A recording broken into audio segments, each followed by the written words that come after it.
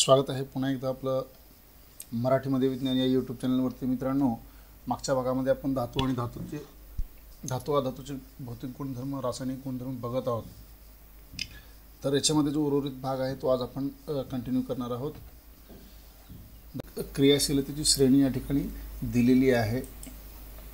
क्रियाशीलतेच्या श्रेणीच्या आधारावरून आपण काही मूलद्रव्याची नावे या ठिकाणी दिलेली आहेत. पोटॅशियम हे सर्वात जास्त क्रियाशील मूलद्रव्य आहे. त्यानंतर सोडियम हा दुसरा नंबरचा, calcium, magnesium, aluminium, zinc, ferrous, शिसे, हायड्रोजन, कॉपर, पारा, चांदी आणि सोने.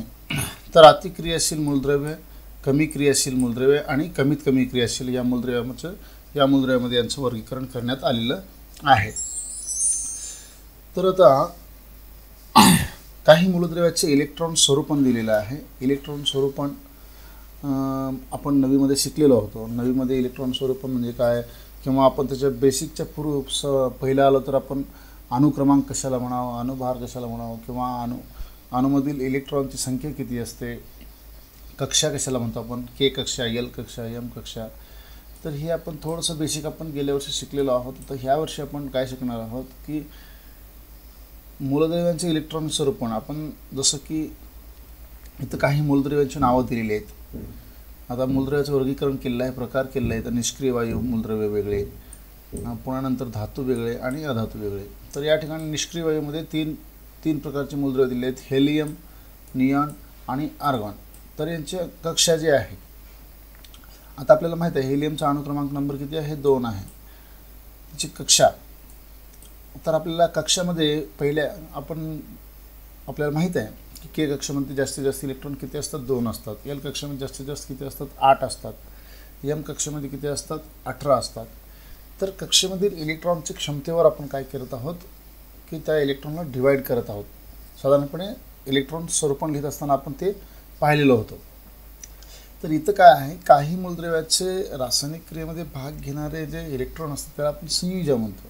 ते संयुजाचा चार्ट आपल्याला, म्हणजे रासायनिक क्रियेमध्ये कोणता इलेक्ट्रॉन भाग घेऊ शकतो ह्यासाठी आपल्याला इलेक्ट्रॉन स्वरूपण शिकणं महत्त्वाचं आहे.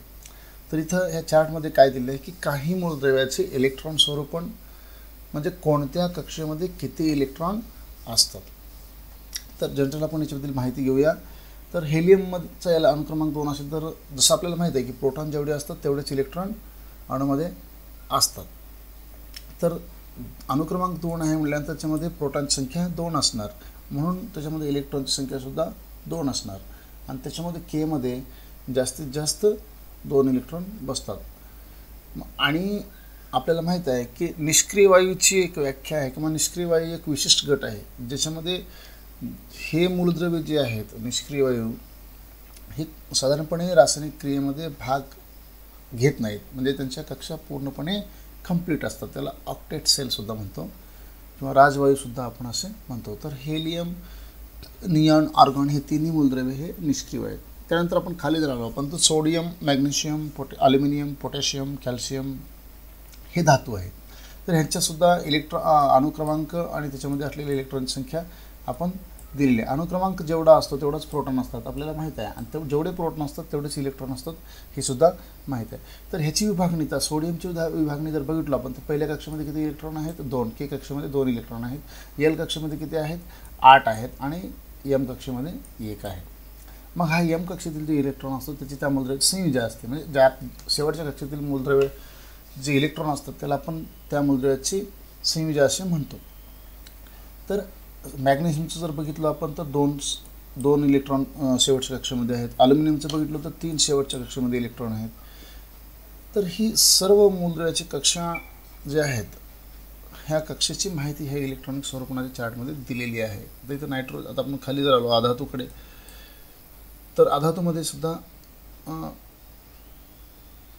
इथं पहिल्या कक्षेमध्ये 2 इलेक्ट्रॉन आहेत ज्याचा अणुक्रमांक 7 आहे. नायट्रोजनचा अणुक्रमांक 7 आहे, तर इलेक्ट्रॉनसुद्धा 7 असतात. दुसऱ्या कक्षेमध्ये किती आहे, 5 आहे. आता या ठिकाणी आपण ह्याची 5 संयुजा म्हणू शकत नाही. इलेक्ट्रॉनची संयुजा कशावर डिपेंड असते, तर इलेक्ट्रॉन देणे किंवा घेणे याच्यात संख्येवर, म्हणजे जास्तीत जास्त संख्या देऊ शकत नाही, घेऊ शकतो. तर त्यामुळं या ठिकाणी 5 आहे तर 3ची कमतरता पडत आहे, म्हणून काय करतात आधातू, आपण रासायनिक गुणधर्मामध्ये बघतो की आधातू हे इलेक्ट्रॉन देतात नाही, तर धातू हे इलेक्ट्रॉन देतात, तर ह्याचे 3 इलेक्ट्रॉन कमी पडत आहेत. तर अशा प्रकारे आपण 3 याचे संयोजन आहे असे म्हणू शकतो. ऑक्सिजन बघितलं तर 2 संयोजन आहे, फ्लोरीन बघितलो तर 1 संयोजन आहे. तर अशा प्रकारे त्यांच्या कक्षेची माहिती या चार्टमध्ये दिलेली आहे. आपण याच्याबद्दल आणखी अभ्यास करूया, पण हा चार्ट्स तुमच्या लक्षात राहून या ठिकाणी दिलेला आहे. पुढे जाऊया आपण.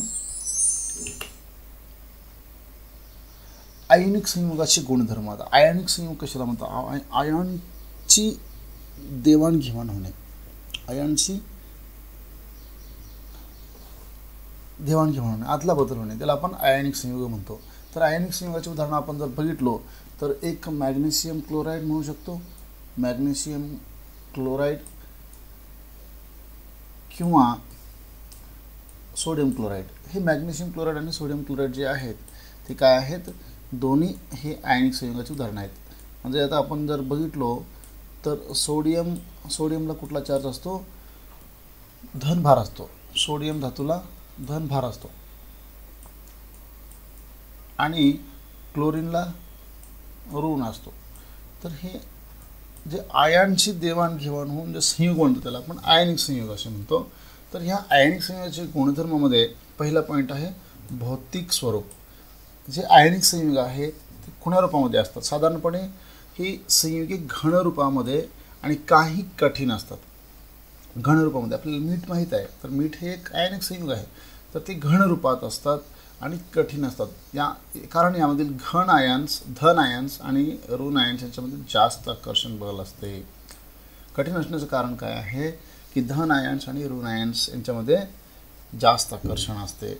दुसरा गुणधर्म आपण बघणार आहोत, द्रावणांक आणि उत्कलनांक उच्च असतो. आता आपल्याला द्रावणांक म्हणजे काय आणि उत्कलनांक म्हणजे काय आपण शिकलेलो आहोत. द्रावणांक म्हणजे पदार्थ ज्या तापमानाला द्रव स्थितीमध्ये येतो त्याला आपण द्रवणांक म्हणतो, आणि उत्कलनांक म्हणजे पदार्थ ज्या तापमानाला उकळायला लागतो त्याला आपण उत्कलनांक म्हणतो. तर आयनिक संयुग जे असतात यांचा द्रावणांक आणि उत्कलनांक हा काय असतो? उच्च असतो. पुढे आपण तिसरा गुणधर्म बघणार आहोत, विद्राव्यता. ही संयुगे साधारणपणे पाण्यात विरघळतात आणि राखेल, पेट्रोल इत्यादी द्रावणात विरघळत नाहीत. तर पाण्यामध्ये साधारणपणे ही द्रव्ये विरघळतात. आयनिक संयुगे काय करतात? पाण्यामध्ये विरघळतात. तर आपण काय आहे, पेट्रोल, रॉकेल याच्यामध्ये ते विरघळत नाहीत. पुढचा गुणधर्म जो आहे, या संयुगात विद्युत वहन होते. द्रव अवस्थेत विद्युत प्रवाह होतो, घन अवस्थेमध्ये होत नाही. आयनिक संयुग जे आहेत त्या संयुगामध्ये विद्युतचे वहन होते. कधी होते? केवळ द्रव अवस्थेमध्ये. द्रव अवस्थेमध्ये आयनची विभागणी होते, त्यामुळं सहजरित्या वहन होते, पण घन अवस्थेमध्ये मात्र ते करत नाही.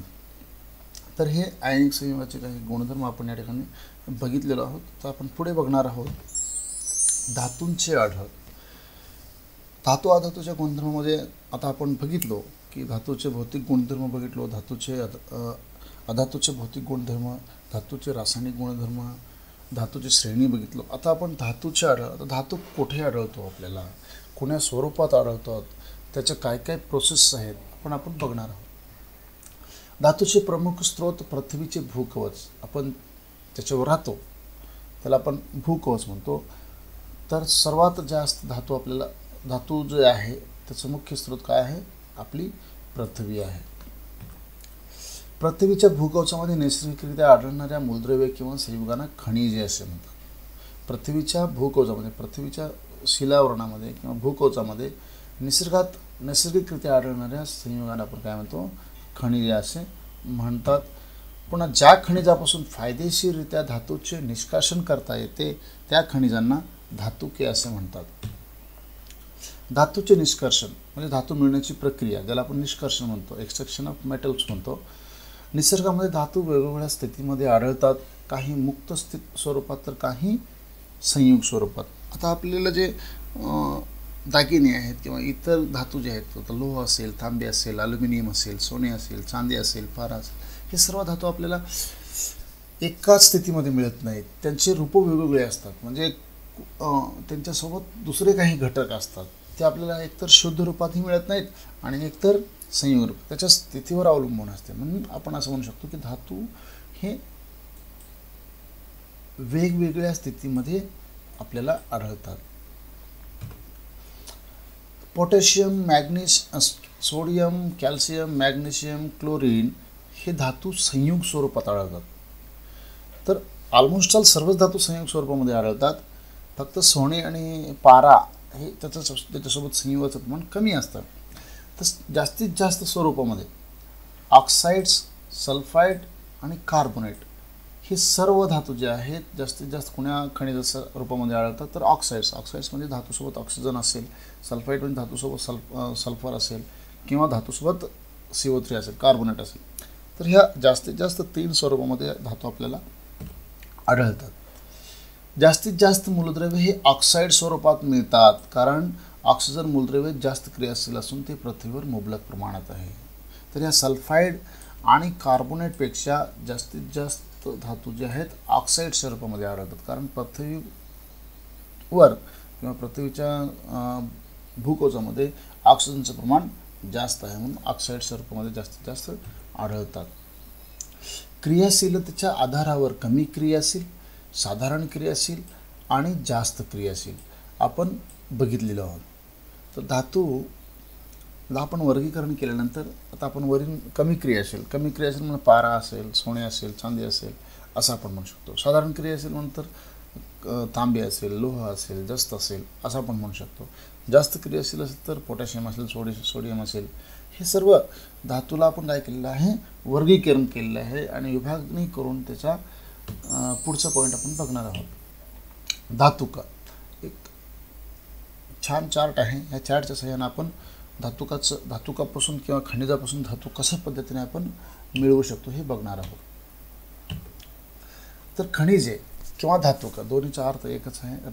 फायदेशीररित्या आपल्याला खनिजापासून धातू मिळण्याच्या पद्धतीला आपण धातुका म्हणतो. तर खनिजापासून धातूचं काय केलं जातं, सहतीकरण केलं जातं. सहतीकरण म्हणजे भौतिक पद्धत असेल किंवा रासायनिक पद्धतीनं आपण त्याला वेगळीकरण क्रिया असं म्हणत असतो. पुढचं जे आहे धातूच्या सहतीकरणामध्ये आपल्याला एकूण 3 विभाग केलेले आहेत. पहिलं जास्त क्रियाशील असलेल्या मूलद्रव्याला कशा पद्धतीने वेगळं करता येतं. जास्त क्रियाशील असलेल्या मूलद्रव्याला त्याला काय केलं जातं, खनिजाला वितळवून विद्युत अपघटन केलं जातं. खनिजाला काय केलं जातं, वितळून त्याचं अपघटन पद्धतीनं विभागणी केली जाते आणि त्याच्यापासून शुद्ध धातू आपल्याला मिळतो. दुसरी पद्धत काय आहे, साधारण क्रियाशील मूलद्रव्याला काय केलं जातं, त्याचे साधारण क्रियाशीलमध्ये 2 प्रकारचे खनिज असतात. एक असतंय कार्बोनेटचं आणि दुसरं असतंय सल्फाईडचं. तर कार्बोनेटच्या खनिजाला आपण निस्थापन या क्रियेने, निस्थापनाचा काय अर्थ आहे की ऑक्सिजनच्या कमी सानिध्यामध्ये म्हणजे कमी ऑक्सिजनच्या पुरवठ्यामध्ये, हवेच्या कमी पुरवठ्यामध्ये आपण त्याला ऑक्साईडच्या रूपामध्ये मिळवतो, त्याला आपण काय म्हणतो, निस्थापन म्हणतो. तर निस्थापनाच्या सहाय्याने आपण काय करू शकतो, त्याचं ऑक्सिडेशन करून घेतो.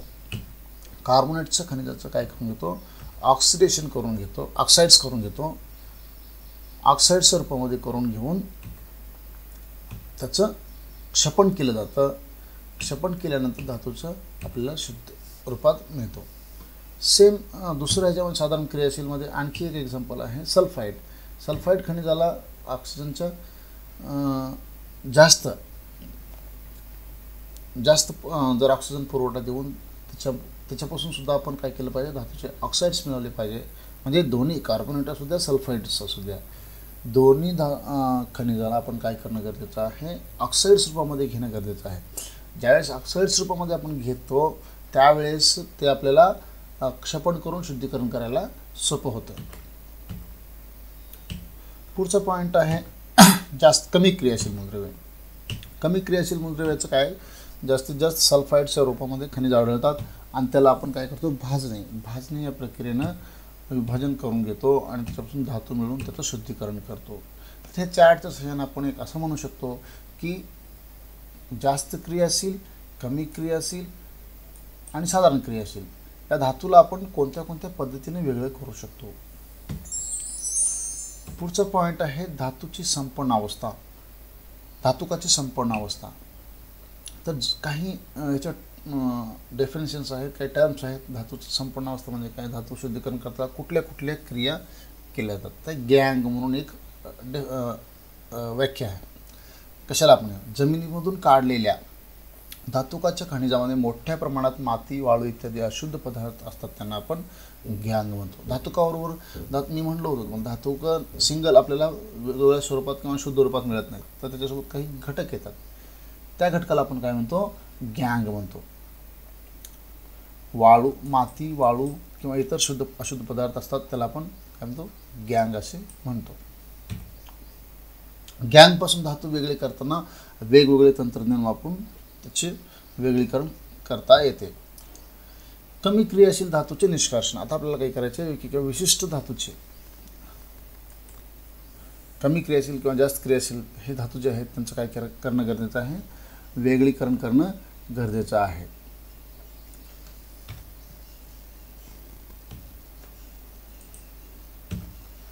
या धातूंच्या ऑक्साईड्सना उष्णता देऊन नंतर त्याचे क्षपण करून धातू मिळवतो. आपण आताच बघितलं, लास्ट चार्टमध्ये बघितलं आपण की कमी क्रियाशील धातूचे निष्कर्षण करताना आपण काय करतो, पहिलं भाजतो, भाजल्यामुळं आपण त्याला ऑक्साईड्स तयार करतो. ऑक्साईड्सला पुन्हा त्याला काय करतो, त्याच्यामधलं ऑक्सिजन काढून टाकतो, क्षपण करून धातूचे शुद्धीकरण करतो.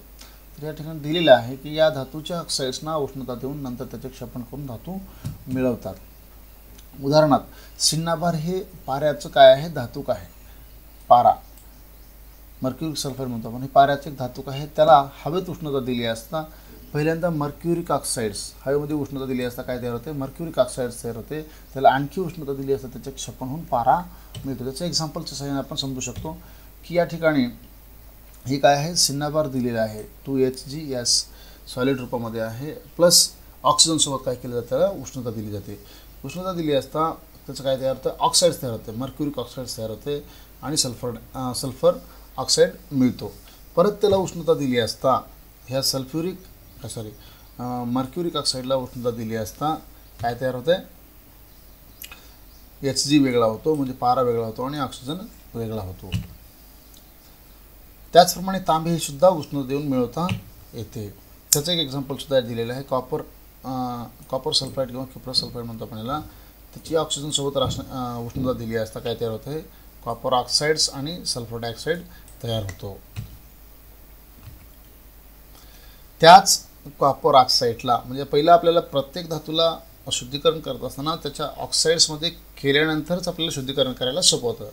ऑक्सिडेशन झाल्यानंतर त्याचं क्षपण करून त्याला वेगळं करता येतं. आता जसं इथं हे जे ऑक्साईड्स आहे, कॉपर ऑक्साईड्स ते तयार झालं आहे, कॉपर ऑक्साईडला काय केलं पाहिजे, आता वेगळं करावं लागतं, क्षपण करून वेगळं करावं लागतं. तर सल्फर काय करतं, त्याला क्षपण करतं. इथं कॉपर ऑक्साईडची रासायनिक अभिक्रिया कॉपर सल्फाईडसोबत परत काय केलेली आहे, घडवून आणलेली आहे, उष्णता देऊन गेलेली. तर काय तयार झालेलं आहे, कॉपर आणि सल्फर डायऑक्साईड वेगळा झालेला आहे. साधारण क्रियाशील धातूचे निष्कर्षण कशा पद्धतीने करता येते. साधारण क्रियाशील मूलद्रव्य लोखंड, जस्त, शिसे, ॲल्युमिनियम हे आहेत. तर यांच्यापासून आपल्याला म्हणजे कसं लोखंड किंवा जस्त किंवा शिसे किंवा ॲल्युमिनियम मिळवता येते. या धातूचे खनिज ही सल्फाईड किंवा कार्बोनेट स्वरूपात असतात.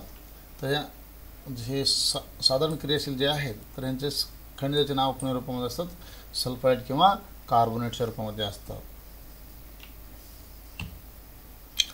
सल्फाईड किंवा कार्बोनेट खनिजापेक्षा ऑक्साईड्स खनिजे धातूचे शुद्धीकरण करण्यासाठी सोपे असतात, म्हणून त्या खनिजाचे ऑक्साईड्समध्ये रूपांतर करून घेते. तर मी मागेच सांगितलं होतं की कुठले सल्फाईड असू द्या किंवा कार्बोनेट असू द्या किंवा ऑक्साईड्स, 3 प्रकारचे खनिज आपल्याला जास्त रूपात मिळतात म्हणलं. तर सल्फाईड आणि कार्बोनेट खनिजापेक्षा ऑक्साईड्स खनिजे ही धातुकाचे शुद्धीकरण करण्यासाठी सोपे असतात. म्हणून प्रत्येक धातूचं सल्फाईड जरी असलं तर आपण निस्तापन केलो मागे किंवा भाजणे केलो ना, तर त्या क्रिया कशासाठी करावं लागतात की त्याचं ऑक्सिडेशन रूपामध्ये रूपांतर केलं पाहिजे. त्यासाठी आपल्याला प्रत्येक धातूला ऑक्साईड्स करून घेतल्यानंतर शुद्धीकरण करायला सोपं होतं. या ठिकाणी दिलेले आहे सल्फाईड्स आता या ठिकाणी भाजणे क्रिया दिली आहे. भाजणीची व्याख्या आपण मागीच्या चार्टमध्ये सांगितलं होतं मी. सल्फाईड धातुकाला हवेमध्ये जास्त उष्णता देऊन त्याच्या ऑक्साईड्समध्ये रूपांतर करतात. या क्रियेला भाजणे असे म्हणतो. पुढचं कार्बोनेटच्या खनिजाला मर्यादित हवेत जास्त उष्णता देऊन, कार्बोनेटचं जर असेल तर मर्यादित हवेत उष्णता देऊन त्याचे ऑक्साईड्स रूपांतर करणे आणि रूपांतर केल्यानंतर त्याचे वेगळीकरण करणे, त्याला आपण निस्तापन म्हणतो. तर इथं सल्फाईडला आणि कार्बोनेटला दोन्हीला काय करायचे, वेगळे करण्याच्या प्रक्रिया आहेत. ह्याला आपण काय म्हणतो, भाजणे. म्हणजे जास्त उष्णता देऊन, हवेमध्ये जास्त उष्णता दिल्यानंतर ऑक्साईड्स रूपांतर करणे, ह्याला आपण भाजणे म्हणतो. कार्बोनेटच्या खनिजाला मर्यादित हवेच्या मध्ये उष्णता देऊन त्याचे ऑक्साईड्समध्ये रूपांतर करणे आपल्याला निस्तापन म्हणतो. भाजणे आणि निस्तापन या रासायनिक अभिक्रिया जस्ताच्या धातुका खालीलपैकी दर्शवतात. तर ह्या दोन क्रिया ज्या आहेत जस्ताच्या क्रिया मूलद्रव्यासोबत दिलेल्या आहेत. झिंक सल्फाईडसोबत कार्बन ऑक्सिजनची रासायनिक अभिक्रिया झाली असता झिंक ऑक्साईड्स तयार होते आणि सल्फर डायऑक्साईड वायू निर्माण होतो. तर ही भाजणीची अभिक्रिया आहे. आणि झिंक कार्बोनेटसोबत हे दोन्हीचे एक्झाम्पल आहेत. झिंक जे आहे एक निस्तापनाची अभिक्रियाचं उदाहरण आहे आणि एक कशाचं आहे, भाजणीचं आहे. तर झिंक सल्फाईडच्या खनिजासोबत घडणारी क्रिया आहे, त्याला भाजणे आपण म्हणतो. आणि झिंक कार्बोनेट जे निस्तापनाची. तर सेम झिंक कार्बोनेटसोबत रासायनिक अभिक्रिया जर उष्णता जर दिलं तर झिंक ऑक्साईड्स वेगळं तयार होते आणि कार्बन डायऑक्साईड वेगळं होते. तर दोन्ही एक्झाम्पल या ठिकाणी भाजणीचा आणि निस्तापनाचा रासायनिक अभिक्रियेचे उदाहरणं दिलेले आहेत. झिंक ऑक्साईडला कार्बन क्षपणक वापरून वेगळे केले जाते. ज्यावेळेस आपल्याला झिंक ऑक्साईड्स मिळतं तर हे जे ऑक्सिजन आहे तर आपल्याला माहीत आहे क्षपण आणि ऑक्सिडेशन रासायनिक अभिक्रिया करतो. मग क्षपण क्रिया म्हणजे ज्याच्यामधून ऑक्सिजन गमावला जातो आपण असं म्हणतो. तर हे झिंक जे ऑक्साईड्स मिळालेलं आहे ह्या झिंक ऑक्साईडला परत कार्बनसोबत रासायनिक अभिक्रिया घडून आणली जाते, म्हणजे क्षपणक म्हणून वापरला जातो आणि कार्बन मोनॉक्साईड वेगळा होतो आणि झिंक जस्त धातू वेगळा होतो. पुढचा पॉईंट्स आहे उच्च क्रियाशील धातूचे निष्कर्षण. या धातूंना उष्णता देऊन त्याचे शुद्धीकरण करता येत नाही. हे धातू जास्त क्रियाशील असतात, तर यांना उष्णता देता येत नाही, तर ह्याची क्रियाशीलता जास्त असते. तर आता इथं आपण एक विद्युत पृथक्करण शुद्धीकरणची आकृती दिलेली आहे. तर त्याचं कशा पद्धतीने शुद्धीकरण आपण करता येतं हे बघणार आहोत. या धातूंना विद्युत अपघटन करून मिळवले जाते. म्हणजे विद्युत प्रवाह वाहून त्याच्यामधून आयन काय केलं जातं, वेगवेगळे विभाजन करून त्याच्यामध्ये शुद्ध अशुद्ध धातू मिळवला जातो. धातूचे शुद्धीकरणामध्ये या ठिकाणी जर आपण हे बघितलो तर ह्या आकृतीला जर बघितलो तर आपल्या लक्षात येत आहे की इथे काय आहे, टाकी आहे. या टाकीमध्ये काय दिलेले आहेत, मध्ये कॉपर सल्फेटचं द्रावण आहे. याच्यामध्ये कॉपर सल्फेटचं द्रावण आहे आणि इथं खाली अशुद्ध घटक आहे ज्याच्यामध्ये जमा झालेला आहे. आणि हे तांब्याच्या दोन पट्ट्या जोडलेल्या आहेत. इथे एक पट्टी आहे आणि इथे एक पट्टी आहे. तर ह्या पट्टीला ॲनोड जो धनभार जोडलेला आहे आणि कॅथोड जो ऋणभार जोडलेला आहे. ॲनोडला तांब्याची पट्टी आणि कॅथोडला तांब्याची पट्टी जोडलेली आहे. तर ह्या पट्ट्या जोडण्यामध्ये काय आहे की या ठिकाणी जर आपण बघितलो शुद्ध कॅथोड वर जमा होतो. हे जे कॅथोड आहे याच्यावर शुद्ध धातू जमा होतो. ज्यावेळेस आपण ह्याला हे सर्व जोडणी केल्यानंतर याच्यामधून विद्युत प्रवाह व्हायला देतो त्यावेळेस आपल्याला याच्यामधील असलेलं ॲनोडवर असलेलं जे धातू आहे तो काय करतो, कॅथोडकडे जमा होतो. विद्युत द्रावणातून विद्युत प्रवाह चालू केल्यास ॲनोडमधील शुद्ध धातू विद्युत द्रावणात विरघळतो व द्रावणातील तो शुद्ध धातू कॅथोडवर जमा होतो. म्हणजे आपण इथं एक पॉईंट नोट करण्यासारखं काय आहे की ॲनोडमधील शुद्ध धातू म्हणजे ॲनोडला शुद्ध धातूची पट्टी आणि कॅथोडला अशुद्ध धातूची पट्टी दिलेली असते. तर ज्यावेळेस आपण त्याच्यामध्ये विद्युत प्रवाह व्हायला देतो त्यावेळेस काय होतं आहे की ॲनोडमधलं जे धातू आहे तो कॅथोडकडे जमा होतो आणि कॅथोडवर शुद्ध धातूची पट्टी जमा होतो आणि जे नको वाटलेला पदार्थ आहे किंवा अशुद्ध पदार्थ आहे तो टाकीच्या तळाशी जमा होतो. तर अशा प्रकारे शुद्धीकरण केलं जातं. आता याच्यात लक्षात ठेवण्यासारखं काय आहे की आपल्याला ही फिगर्स लक्षात ठेवली पाहिजे. टाकी आहे, 2 तांब्याच्या पट्ट्या आहेत. आता ह्याच्यामध्ये ॲनोडवर मोठी पट्टी असते, कॅथोडवर छोटी असते, मग पुन्हा ती भराभर होत असते. याच्यामध्ये कळ आणि चार्ज कुठल्या पद्धतीने दिलेले आहेत हे लक्षात ठेवणं गरजेचं आहे. तर विद्युत द्रावणातून विद्युत प्रवाह चालू केल्यास ॲनोडमधील शुद्ध धातू विद्युत द्रावणात विरघळतो व द्रावणातील तो शुद्ध धातू कॅथोडवर जमा होतो. तर कॅथोडवर शुद्ध धातू जमा होतो तर ॲनोडवर अशुद्ध असतो.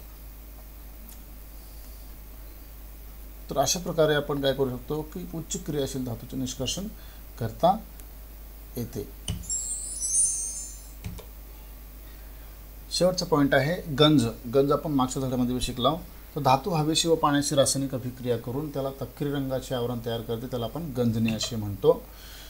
चांदीचे दागिने काही काळ हवेमध्ये उघडे ठेवल्यास काळे पडतात. याचे कारण चांदी हवेतील गंधकाशी क्रिया करून त्यावर सिल्वर सल्फाईडचा थर तयार करते, त्याच्यामुळे ती चांदी काळी पडते. हवेतील ओलसर दमट कार्बन डायऑक्साईड बरोबर चांदी क्रिया करते आणि याचा चमकणारा तपकिरी पृष्ठभाग हळूहळू कमी चमकू लागतो आणि त्यावर हिरवे आवरण तयार होते, त्याला आपण कॉपर कार्बोनेट म्हणतो. गंजण्यास प्रतिबंध करण्यासाठी आपण ही क्रिया करू शकतो. रंग लावणे, ग्रीस लावणे, गॅल्व्हनायझिंग, क्रोम प्लेटिंग किंवा मिश्र धातू तयार करून आपण ते करू शकतो.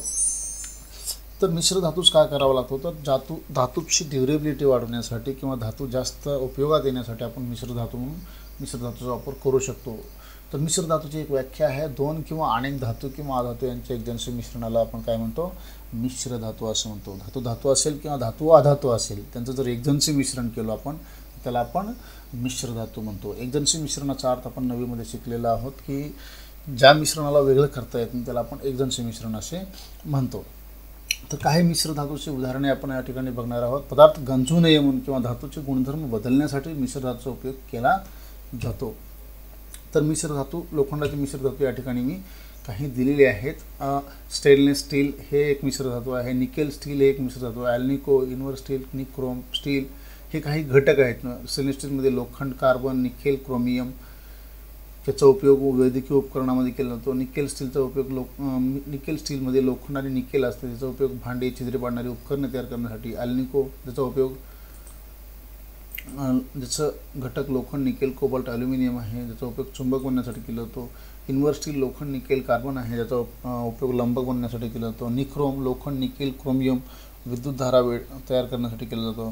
किंवा स्टील लोखंड आणि कार्बन पाईप्स किंवा खिळे पत्रे कापण्यासाठी तयार केला जातो. तांब्याचे मिश्र धातू काय आहे, तिथं तांब्याचे मिश्र धातूमध्ये पितळ, ब्रॉन्झ, जर्मन सिल्वर आणि घन मेटल म्हणतो. तांब्याच्या मिश्र धातूचे घटक या ठिकाणी पितळामध्ये काय असते, तांबे आणि जस्त असते, तर याचा उपयोग भांडे, विद्युत उपकरणे, मशिनीचे भाग तयार करण्यासाठी. ब्रॉन्झचा उपयोग ब्रॉन्झचे घटक तांबे आणि कथील आहेत, त्याचा उपयोग पुतळे, घंटा, नाणी, भांडे तयार करण्यासाठी केला जातो. जर्मन सिल्वरचे काही घटक आहेत, तांबे, जस्त, निकेल आहे, तर भांडी, विद्युत विरोधक तारा, दागिने तयार करण्यासाठी उपयोग केला जातो. गन मेटलमध्ये घटक तांबे, कथील व जस्त असतात, तर बंदुकीची नळी, गिअर्स, साचे तयार करण्यासाठीचा उपयोग केला जातो. तर हे काही मिश्र धातू आहेत, पुस्तकामध्ये नाही तरी तुम्हाला माहिती असं या अभ्यासासाठी दिलेले आहेत. तर मित्रांनो, या ठिकाणी माझ्या माहितीप्रमाणे धडा संपलेला आहे. धन्यवाद. आपल्याला जर काही या धड्याच्या संबंधित प्रश्न असतील तर आपण